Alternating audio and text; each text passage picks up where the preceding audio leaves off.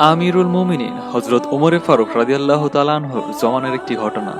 এক মহিলা এসে বলছেন, ও হে মদিনার মানুষ, দেখুন তো এই যে আমার সাথে যে ছেলেটি আসছে, সে অহেতুক আমাকে মা মা বলে ডাকছেন, অথচ আমি তার মা নই। সে কেন আমাকে মা মা বলে ডাকছে? হয়তো আমার কাছে কিছু গহনা আছে, এই লোভে সে আমাকে মা বলে ডাকছেন। মেহেরবানি করে আপনারা একে আমার কাছ থেকে দূরে সরিয়ে দিন। প্রক্ষান্তরে ছেলেটি বলছে, ও হে মদিনার মানুষ, ইনি আমার মা, ইনি আমাকে জন্ম দিয়েছেন। তোমরা যদি তার থেকে আমাকে দূরে সরিয়ে দাও, তো আমি কাকে মা বলে ডাকবো? কে আমাকে আদর করবে? কে আমাকে খাইয়ে দেবে? অতএব তোমরা আমাকে মা থেকে কখনো বিচ্ছিন্ন করো না। তৎকালীন সময় বিচারকের দায়িত্ব পালন করছিলেন হযরত আলী রাদিয়াল্লাহু তাআলা আনহু। আমিরুল মুমিনিন এই বিচারটি হযরত আলী রাদিয়াল্লাহু তাআলা আনহুর কাছে অর্পিত করলেন।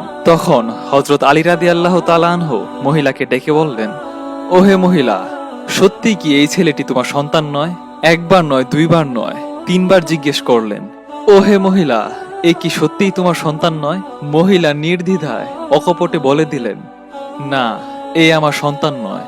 ছেলেটিকে যখন জিজ্ঞাসা করা হলো, এই মহিলা কি তোমার মা? ছেলেটি বলছে, হ্যাঁ হুজুর, ইনিই আমার মা।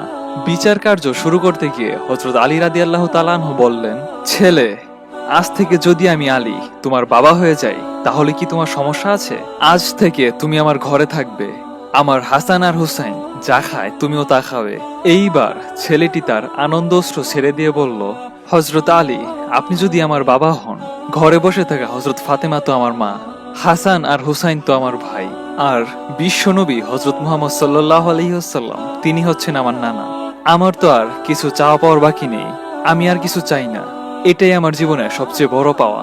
তারপর হযরত আলী রাদিয়াল্লাহু তাআলা আনহু সবাইকে অবাক করে মহিলাকে জিজ্ঞেস করলেন, ও হে মহিলা, তুমি যদি আপত্তি না করো, তোমার যদি কোনো সংকোচবোধ না থাকে, তাহলে আমি আমার এই ছেলেকে তোমার সাথে বিবাহ করাতে চাই। এই বিবাহ বন্ধনের মাধ্যমে তোমাকেও আমার আত্মীয় বানাতে চাই। এইবার মহিলা তার দু চোখ দিয়ে পানি ছেড়ে দিয়ে বললেন, হযরত আলী, নিজের সন্তানকে কি করে আমি স্বামী হিসেবে গ্রহণ করি? তখন হযরত আলী রাদিয়াল্লাহু তাআলা আনহু বললেন, তবে কেন তুমি মিথ্যার আশ্রয় নিয়েছিলে? মহিলা আবারও দু চোখের পানি ছেড়ে দিয়ে তার বিস্তারিত বলতে লাগলেন, আমার ভাইয়েরা এক ব্যক্তির সাথে আমাকে বিয়ে দিয়েছিল, কিন্তু আমার স্বামী ছিল অসৎ প্রকৃতির।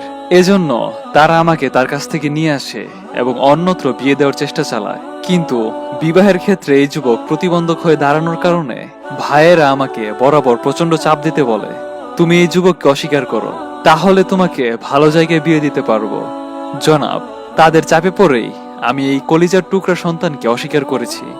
মহিলার বক্তব্য শুনে হযরত আলী রাদিয়াল্লাহু তাআলা আনহু বললেন, ভালো কথা, আপনার সন্তান হলে যুবককে ঘরে নিয়ে যান। এ বলে তিনি তাদেরকে বিদায় করে দিলেন। বন্ধুরা, কাহিনীটি থেকে আমরা কি শিখলাম? দুনিয়াতেই যদি সামান্য দুঃখ কষ্টের জন্য মা ছেলেকে অস্বীকার করে, তাহলে কিয়ামতের কঠিন ময়দানে যখন ভয়াবহতার সৃষ্টি হবে, তখন কিন্তু এমনই ভাবে মা তার ছেলেকে চিনবে না, ছেলে মাকে চিনবে না। অতএব সময় থাকতে আমরা সেই মুসিবতের কথা চিন্তা করে এখন থেকে সে অনুযায়ী কর্ম শুরু করে দিই। আল্লাহ আমাদের সকলকে সেই তৌফিক দান করুন। আমিন।